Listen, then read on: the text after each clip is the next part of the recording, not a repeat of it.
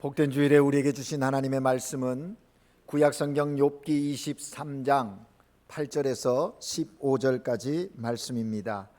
구약성경 784면 욥기 23장 8절에서 15절까지 말씀을 한 목소리로 함께 봉독하시겠습니다.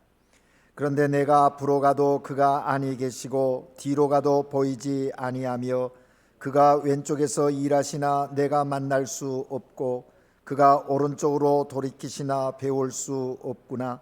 그러나 내가 가는 길을 그가 아시나니 그가 나를 단련하신 후에는 내가 순금같이 되어 나오리라.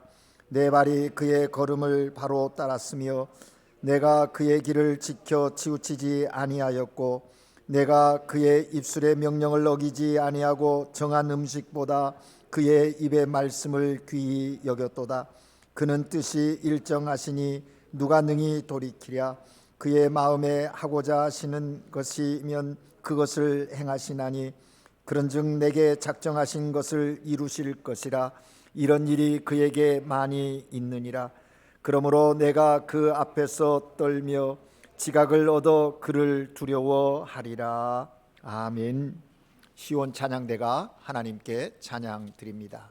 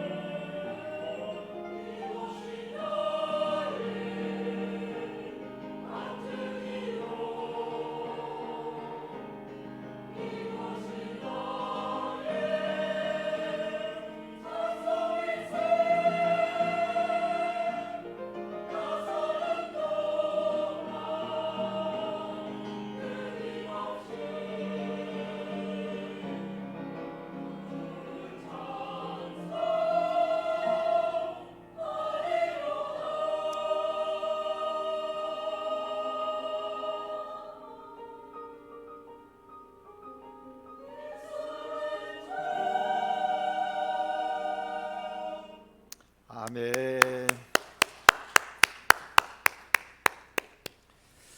할렐루야. 시온 찬양대 찬양의 큰 은혜 받았습니다. 하나님께서 영광 받으신 줄로 믿습니다. 오늘도 주님 성전에 나와서 한 믿음의 고백으로 하나님께 함께 예배드리는 여러분 모두에게 하나님이 주시는 은혜와 평강, 사랑이 충만하시기를 주님의 이름으로 축복합니다. 합니다.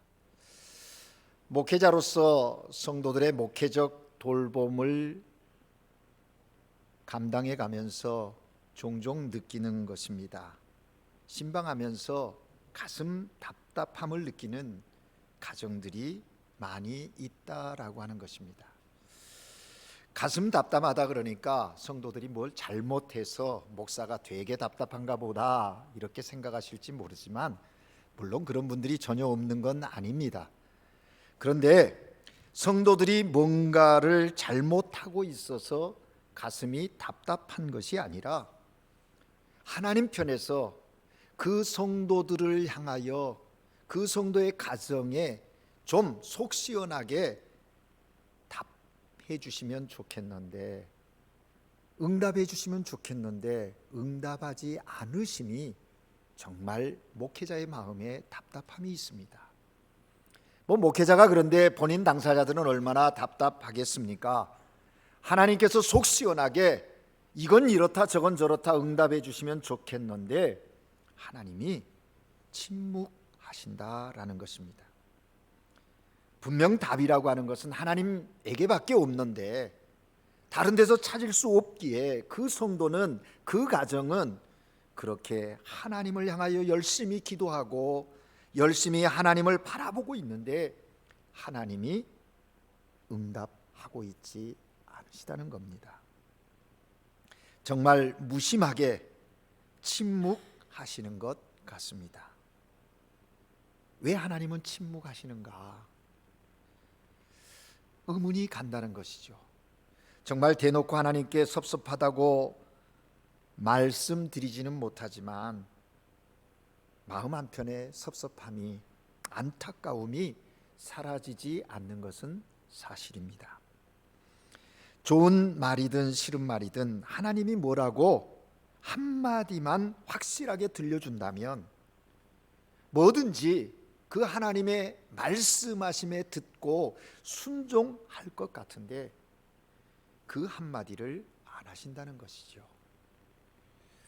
참 힘겨운 시간일 것입니다. 여러분, 우리가 욥기를 읽으면서 특별히 오늘 우리가 읽은 욥기 23장의 욥의 모습이 그러합니다.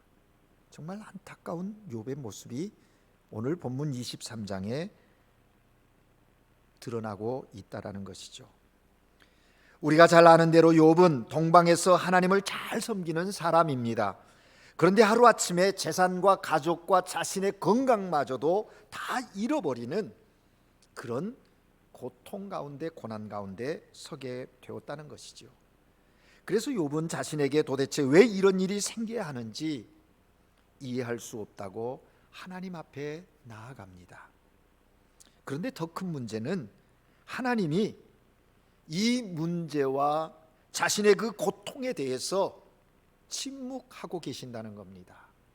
하나님이 말씀하시지 않는다는 거예요. 우리가 욥기 1장서부터 쭉 읽어오지만 그런 고난이 욥 앞에 왔을 때 1장 2장에서의 욥의 반응은 정말 부러움이 있는 믿음의 사람의 모습입니다. 그리고 그 이후에 친구들과 대화하는 내용 속에서 주고받는 내용들을 보면 정말 안타까워요. 그런 욥의 모습 속에 하나님은 어떠한 반응도 드러내 보이지 않고 계신다는 것이죠. 침묵하신다는 거예요. 그래서 어떤 면에서 보면 침묵하는 정도가 아니라 도대체 하나님이 어디 계시는지 알 수조차 없는 그런 상황에 이르렀다고 드디어 오늘 본문에서 욥은 토로하고 있다라는 것입니다. 우리가 읽은 8절 9절 말씀에 보면 그런데 내가 앞으로 가도 그가 아니 계시고 뒤로 가도 보이지 아니하며 그가 왼쪽에서 일어나시나 내가 만날 수 없고 오른쪽으로 돌이키시나 배울 수 없구나라고 욥은 절규하고 있다라는 것입니다. 도대체 이 중요한 시기에 하나님은 어디 계시는가?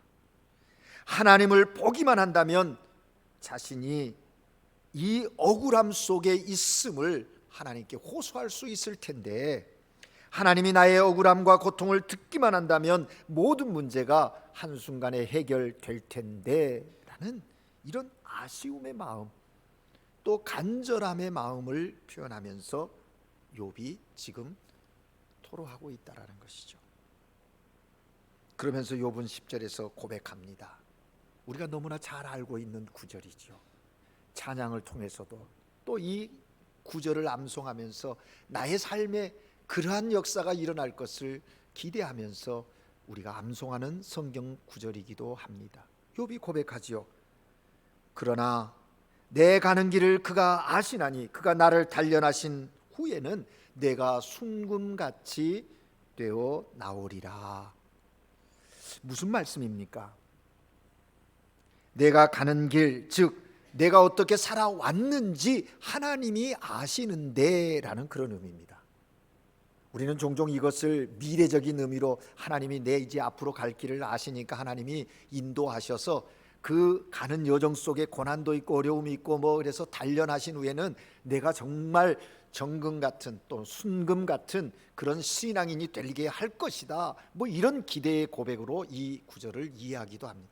그런데 사실 이 23장의 전체적인 내용을 보고 이해한다면 그러기보다는 욥이 지금 하나님 앞에 토로하는 거예요. 하나님 도대체 어디 계십니까? 왜 침묵하십니까? 하나님 내 길을 알고 계시지 않습니까? 내가 어떤 길을 걸어왔는지 어떻게 살아왔는지 하나님 다 아시지 않습니까? 하나님이 나를 단련해 보면 무슨 얘기입니까? 순금을 정죄하기 위해서는 단련하는 거거든요. 근데 단련한다는 것은 불순물을 제거하는 거예요. 그래서 순금을 만들기 위해서는 금 속에 포함되어져 있는 불순물들을 제거하는 거예요. 하나님 단련해 보십시오. 확인해 보십시오. 다시 말하면 나를 테스트하십시오. 신문해 보면 난 정말 순금같이 깨끗하고 무죄하다는 것을 하나님 아시지 않습니까? 지금 욥이 그렇게 하나님께 이야기하는 거예요. 여러분 참 대단하지요? 우리는 아무리 하나님이 침묵해도 이렇게 하나님께 이야기할 수 없는 존재들인 것을 우리가 압니다. 근데 하나님이 인정했던 욥, 그는 온전한 사람이며 의로우며 악이 없고 하나님을 경외하는 사람이다 라고 인정하리만큼 욥의 마음 중심에는 그 하나님에 대한 신뢰가 있었던 것 같아요. 그러면서 11절 12절을 주목해 보십시오. 욥은 자신이 어떻게 하나님을 사랑했는지 자신의 깨끗한 삶을 다시 한번 피력하고 있다라는 것입니다. 내 발이 하나님의 걸음을 바로 따랐다. 하나님이 가게 하신 그 길을 향하여 걸어갔다. 한눈 팔지 않았다는 것입니다. 치우치지 아니하였다라고 합니다. 뿐만 아니라 자기가 정기적으로 먹는 음식보다도 하나님의 말씀을 더 귀히 여겼다라고 12절에 고백하고 있는 것입니다. 정한 음식. 여러분 우리가 생명을 유지하기 위해서는 정한 음식을 먹어야 하지요. 먹는 것이 너무나 중요합니다. 우리의 삶에 있어서 먹는 것, 생명을 유지하기 위해서 먹는 건 너무 중요하지 않습니까? 먹는 것이 중요하니까 슬픔의 고통 가운데 있는 초상집에 가도 장례집에 가도 꼭 식사는 대접하는 거예요. 그죠? 먹는 게 그렇게 중요해요. 그런데 욥은 얘기합니다. 그렇게 정한 음식보다도 하나님의 입의 말씀을 더 내가 귀히 여겼다. 다르게 말하면 먹지 못해도 밥은 굶어도 하나님의 말씀은 내가 귀히 여기며 그 말씀을 내 마음에 새기며 살아왔다, 지키며 살아왔다, 그 고백을 하고 있다라는 것입니다. 여러분 이 11절 12절의 말씀을 접하면서 무슨 생각이 듭니까? 이렇게 하나님께 말하고 있는 욥의 심정은 뭐예요? 한마디로 말하면 억울하다는 겁니다. 하나님 섭섭하다는 겁니다. 하나님 그래도 내가 하나님을 이렇게 사랑하고 이렇게 의지하고 이렇게 신앙의 삶을 살려고 몸부림치며 살아왔는데 지금 이 나의 모습을 보니까 정말 어떤 면에서는 좀 억울하고 섭섭함이 있습니다 라고 욥이 하나님께 토하고 있다라는 것입니다. 그래서 욥기를 읽다 보면 나중에 자신이 고난당하는 것까지 인정하겠다는 거예요. 그런데 좀 알고 당했으면 좋겠다라고 절규하는 것입니다. 그런데 그럼에도 불구하고 하나님은 그러한 욥의 마음을 보시는 하나님이신데도 아무런 말씀을 안 하세요. 하나님은 계속해서 침묵하시는 것입니다. 여러분, 이건 비단 욥의 이야기만이 아닐 것입니다. 오늘 이 시대를 살아가는 우리의 삶 속에서도 얼마든지 일어날 문제, 일어나고 있는 현실이 아닙니까? 때론 하나님이 내 가까이 역사하시는 것을 피부로 느낄 때도 있습니다. 심지어는 내가 전혀 구하지 않았는데도 하나님께서 알아서 내 삶에 풍성한 은혜를 부어 주셨습니다. 필요한 것들을 채워주심을 느낍니다. 그래서 감사해요. 그런데 우리 딴에는 나름대로 열심히 신앙생활 한다고 하는데, 기도한다고 하는데, 하나님이 내게 맡겨주신 일들에 대해서 성실히 사명을 감당한다고 하는데 하나님께서는 응답도 없고 은혜도 없고 역사도 없고 그 신앙의 길이 참으로 힘겨워서 고통스러울 때가 있더라는 겁니다. 그 순간에 하나님이 침묵하신다는 거예요. 여러분, 하나님의 침묵에 대해서 경험해 보셨습니까? 그리고 그 침묵을 여러분은 어떻게 이해하고 또 하나님의 그 침묵에 대한 응답을 하고 계십니까? 여러분, 도대체 왜 이런 하나님의 침묵이 있게 되는 것일까요? 왜 하나님은 우리에게 침묵하시는 걸까요? 여러 가지 이유가 있겠지만 먼저 그 이유 첫 번째는 우리들의 죄 때문일 것입니다. 그렇습니다. 분명 죄는 하나님으로 하여금 침묵하게 합니다. 오늘 본문의 욥은 거룩한 삶 속에서 고난을 당하며 하나님의 침묵을 경험하지만 대부분 오늘날 수많은 사람들은 자신들의 죄 때문에 고난을 당하기도 하고 어려운 자리에 서기도 하고 하나님의 임재를 경험하지 못하는 그런 자리에 설 때가 있다는 것이죠. 그럴 때 어떻게 해야 할까? 무엇을 해야 할까요?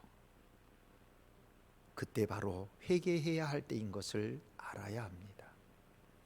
내가 믿음의 길을 걸어가다가 뭔가 하나님이 침묵하시는 것 같은 느낌이 들 때 점검해 봐야 된다는 것이죠. 이게 욥과 같은 상황의 침묵인가? 아니면 나의 잘못, 나의 죄로 말미암는 것들인가? 살펴보고 내 죄로 인한 것들이라면 속히 회개함으로 하나님의 침묵을 깨고 임재를 경험하는 그런 자리에 서야 한다는 것이죠. 여러분, 하나님의 사람 다윗을 기억하십니까? 그가 하나님 앞에 범죄했습니다. 그 범죄의 사실을 깨닫고 하나님의 선지자 나단을 통해서 하나님으로부터 책망을 들은 후에 다윗의 행위는 뭐였습니까? 행동은 어떤 거예요? 우리는 시편 51편에서 그 모습을 발견할 수 있죠. 다윗은 자신의 죄를 회개합니다. 어떻게 해요? 자기의 침상이 눈물에 뜰 만큼. 물론 과장적인 표현이지요. 은유의 표현일 겁니다. 그러나 그만큼 회개를 철저하게 했다라는 거예요. 철저하게. 그렇게 철저한 회개한 다윗은 주의 성령을 내게서 거두어 가지 마소서, 거두지 마소서라고 기도했다라는 것이죠. 성령의 떠남, 그것은 자신의 죄로 인한 것임을 알았기에 회개하고 기도했다는 거예요. 그런데 여러분, 정말 심각한 사람은 어떤 사람이냐면요, 죄를 짓고도 그래서 하나님이 침묵하심에도 불구하고 하나님의 은혜가 베풀어지고 있지 않음에도 불구하고 아무렇지 않은 것처럼 삶을 살아가는 거예요. 자신의 삶 속에서 하나님의 임재를 경험하지도 못하면서 느끼지도 못하면서 자신을 영적 상태를 점검하지 않는 그 사람, 정말 참으로 심각하고 안타까울 뿐입니다. 하나님 보시기에 정말 위험하고 제일 안타까운 사람이 아닐 수 없습니다. 아무튼 하나님을 침묵하게 하는 것은 우리의 죄라면, 침묵하게 하는 것이 우리의 죄라면 우리는 속히 회개해야 할 것입니다. 여러분, 하나님은 왜 침묵하십니까? 또 다른 이유가 있는데 그것은 하나님의 계획 때문이라는 것이지요. 하나님의 계획. 욥과 같이 거룩하고 진실되게 사는데도 불구하고 그에게 고난이 닥치고 그래서 기도하고 하나님 앞에 나아가지만 하나님은 여전히 침묵하신다는 거예요. 왜일까요?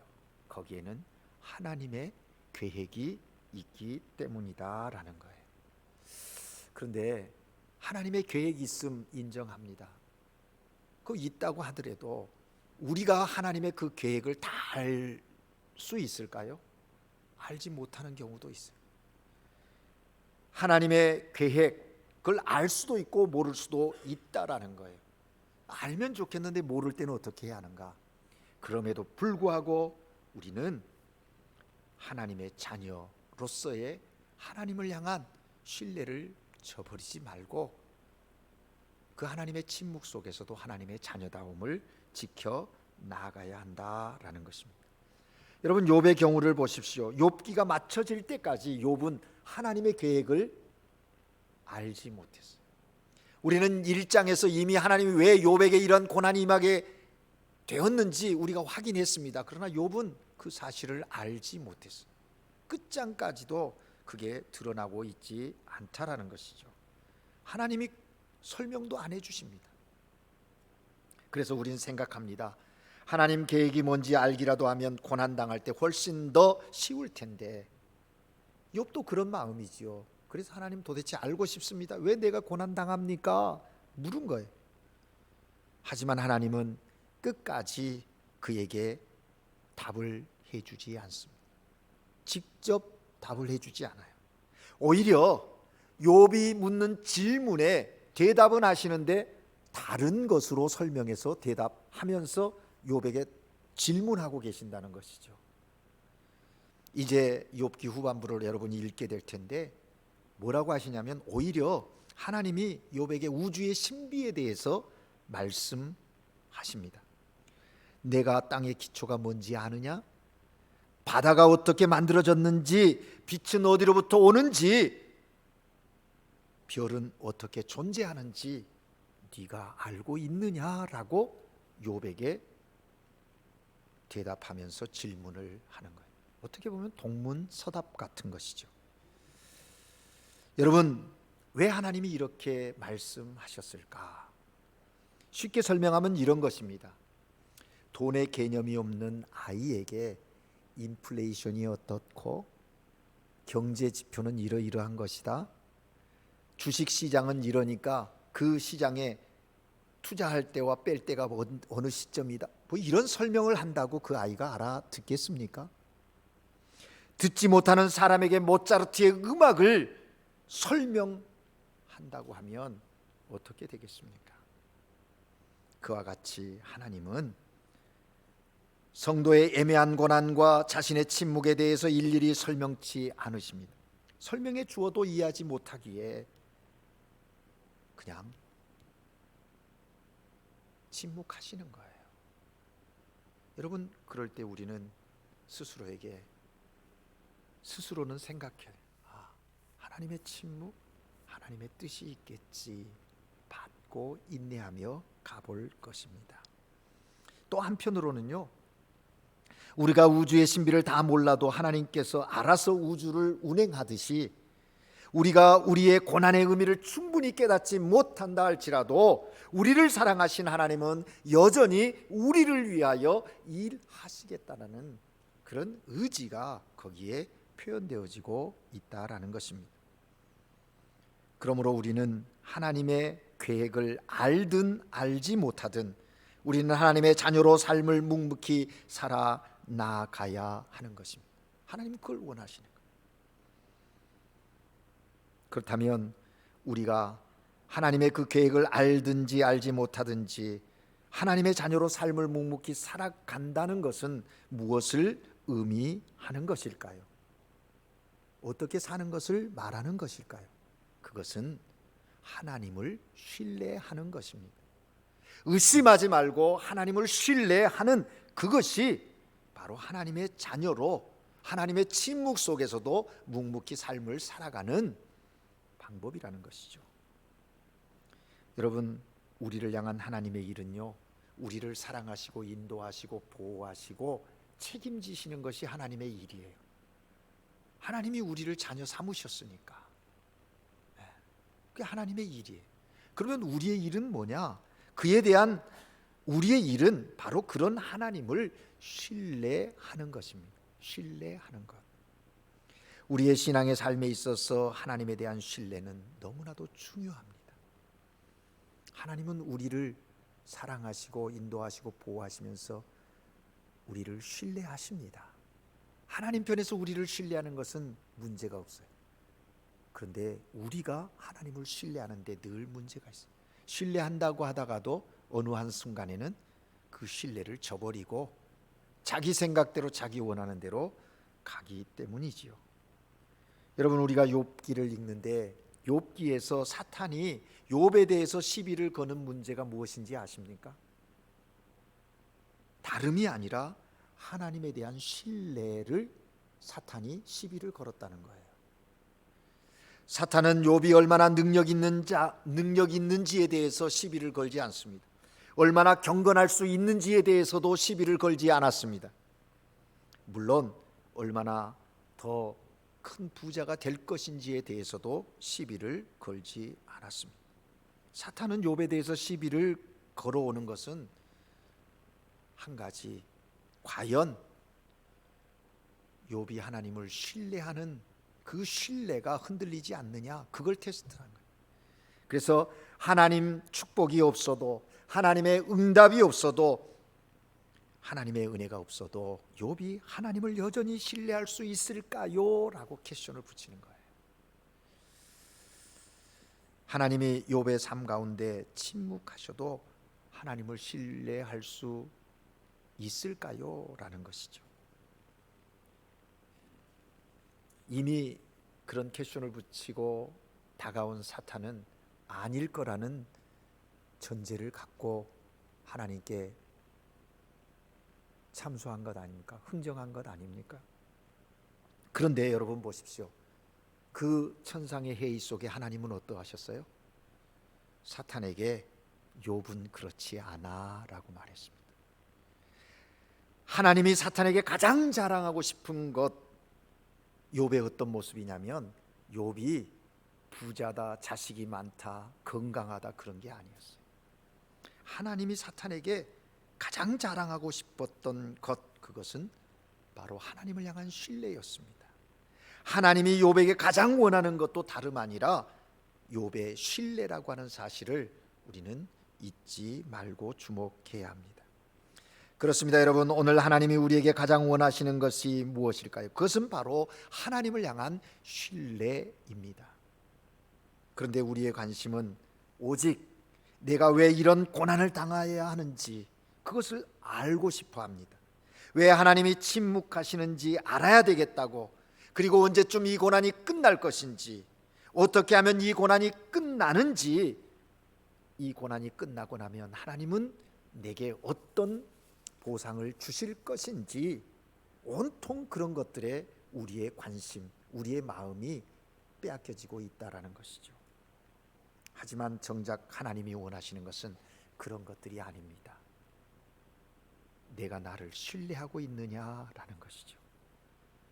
왜 고난이 왔는지도 모르고, 왜 하나님이 침묵하는지도 모르고, 언제쯤이면 이 고난이 끝날지 몰라도 여전히 날 사랑하시는 그 하나님을 믿는 믿음, 하나님을 향한 변함없는 신뢰, 그것을 하나님은 원하고 계신다는 것입니다. 아무것도 몰라도, 아무 느낌이 없어도, 내 삶의 고난 가운데서 하나님이 침묵하셔도 그래도 여전히 우리가 하나님을 신뢰할 때 그것은 하나님을 향한 우리의 가장 훌륭한 사랑이고, 고난과 침묵 속에서 여전히 하나님을 신뢰하는 것이 바로 우리가 하나님께 드리는 삶의 예배가 된다라고 하는 것입니다. 여러분 어떻습니까? 여러분 하나님을 신뢰하심이 흔들림이 없습니까? 하나님께서 우리에게 가장 중요하게 여기시는 것은 우리가 얼마를 가졌느냐, 얼마나 건강하게 사느냐,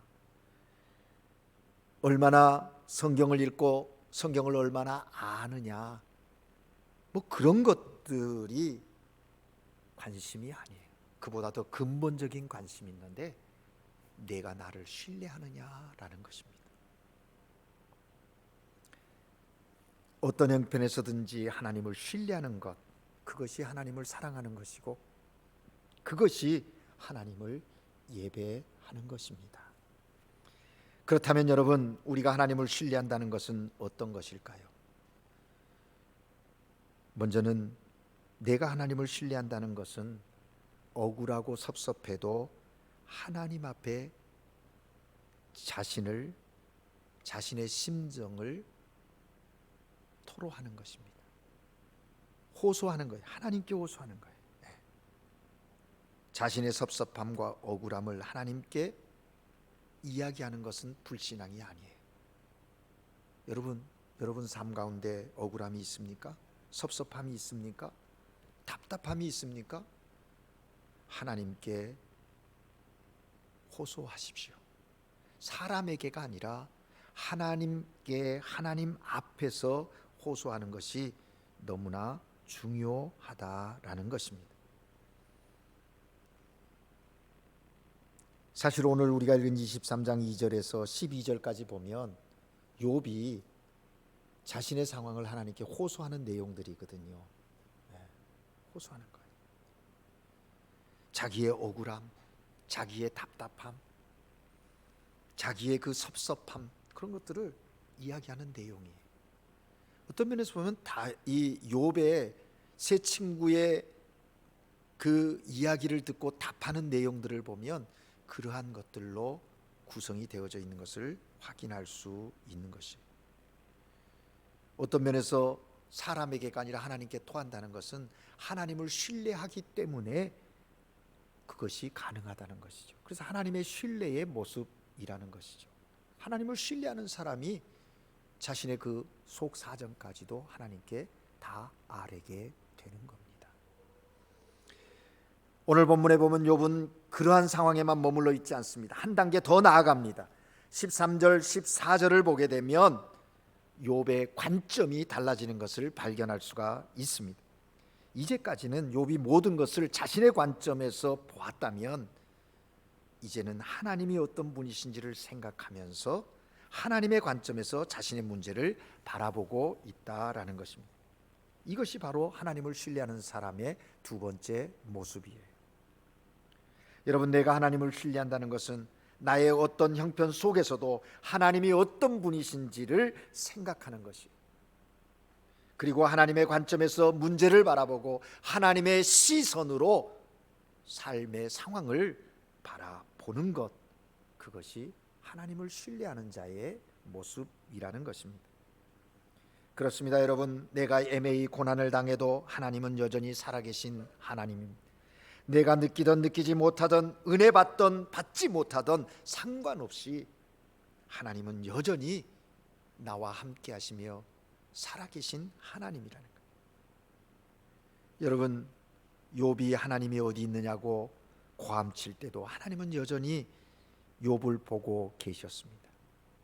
단지 욥이 느끼지 못했을 뿐이죠.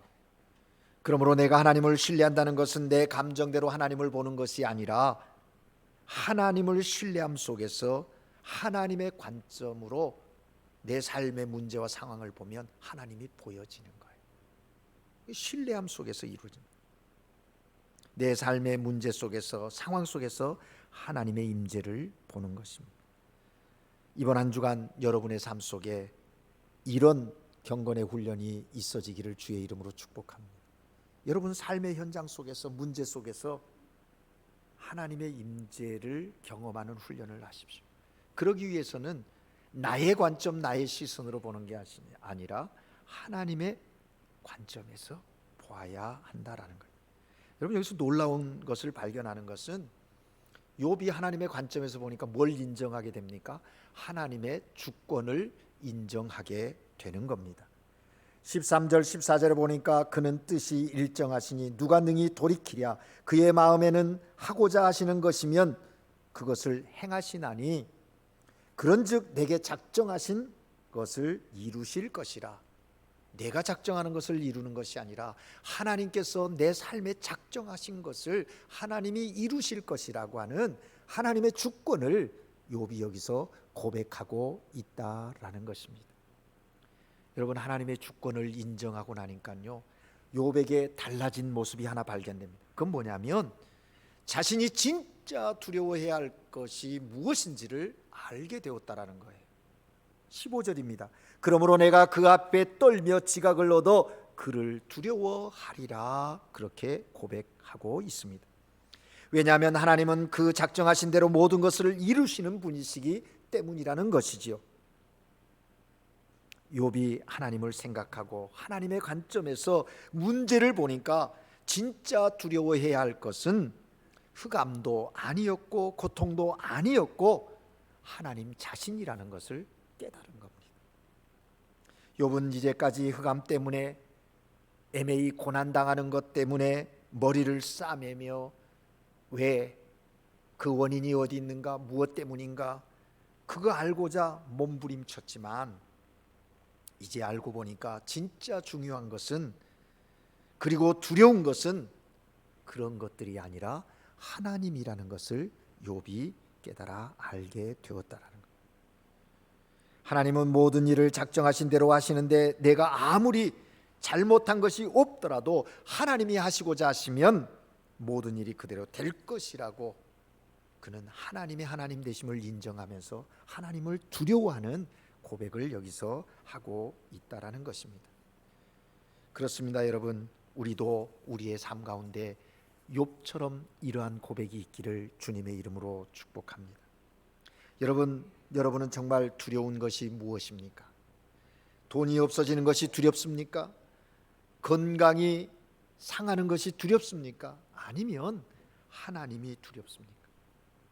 돈이나 권력이나 세상이 자신의 인생을 좌우한다고 생각한다면 그 사람들은 돈이 없어지는 것, 또 권력이 없어지는 것, 세상에서 무시당하고 업심여김 받는 것을 두려워할 것입니다. 하지만 자신의 인생이 하나님의 손에 붙들려 있다라고 하는 사람, 그것을 믿는 사람은 하나님을 두려워하는 그런 인생을 살아갈 것입니다. 그래서 하나님 앞에서 사는 거예요.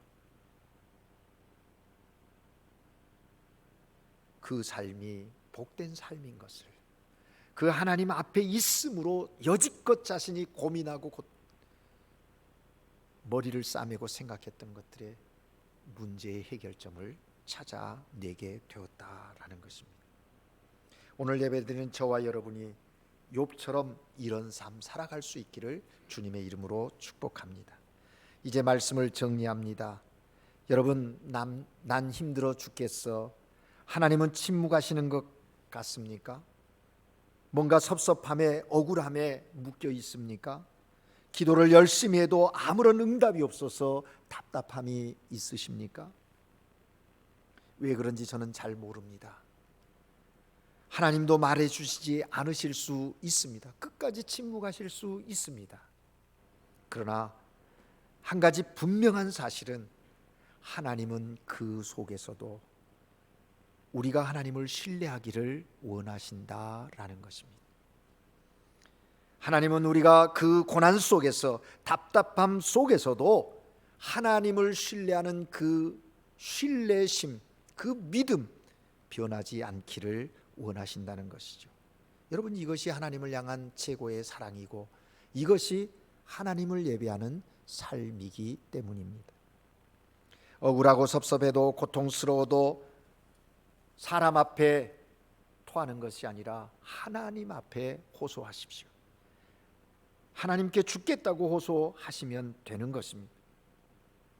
우리의 삶의 문제를, 삶의 상황을 내 시각, 내 관점이 아닌 하나님의 관점으로 바라보십시오.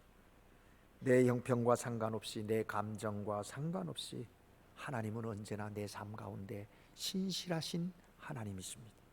그 신실하신 하나님을 바라보고 나아갈 때 우리 가운데 있던 두려움과 염려들이 변하여 찬양과 기쁨이 되는 그 은혜를 경험하게 될 것입니다. 하나님은 우리에게 신뢰하는 모습 보기를 원하십니다. 우리의 삶 가운데 진짜 하나님을 신뢰하시기를 주의 이름으로 축복합니다. 그래서 욥처럼 그가 나를, 내 가는 길을 아시니 그가 단련하신 후에는 내가 순금같이 되어 나오리라. 이런 고백이 저와 여러분의 고백이 되기를 주의 이름으로 축복합니다. 기도하겠습니다. 사랑의 하나님 아버지, 감사합니다. 믿음의 삶을 살아가는 우리의 삶의 현실이 녹록하지 않습니다. 그러나 주님이 우리와 함께 하심을 알기에 믿음으로 주를 바라봅니다. 주를 의지합니다. 내 삶의 상황과 문제들을 하나님 앞에 호소하지만 여전히 하나님 나를 향하여 말씀하지 아니하시고 침묵하신다 할지라도 우리가 하나님을 향한 신뢰를 저버리지 않게 하옵소서. 끝까지 하나님을 신뢰하고 믿음으로 주를 바라보게 하셔서 그 신뢰함 속에서 우리의 삶의 모든 문제 속에 하나님의 계획하심을 보게 하시고 그 계획이 이루어짐에 감사할 수 있도록 믿음의 성숙함을 허락해 주시옵소서. 하나님, 하나님의 그 일하심의 은혜 아래서 깨어있는 이 한 주간의 삶이 되고 하나님의 관점으로 내 삶을 바라볼 때 하나님의 일하심을 보고 하나님의 높으심을 찬양하는, 하나님께 사랑을 고백하고 삶으로 예배를 드리는 우리 한국교회 모든 성도들 되게 하여 주시옵소서. 예수 그리스도 이름으로 기도합니다. 아멘.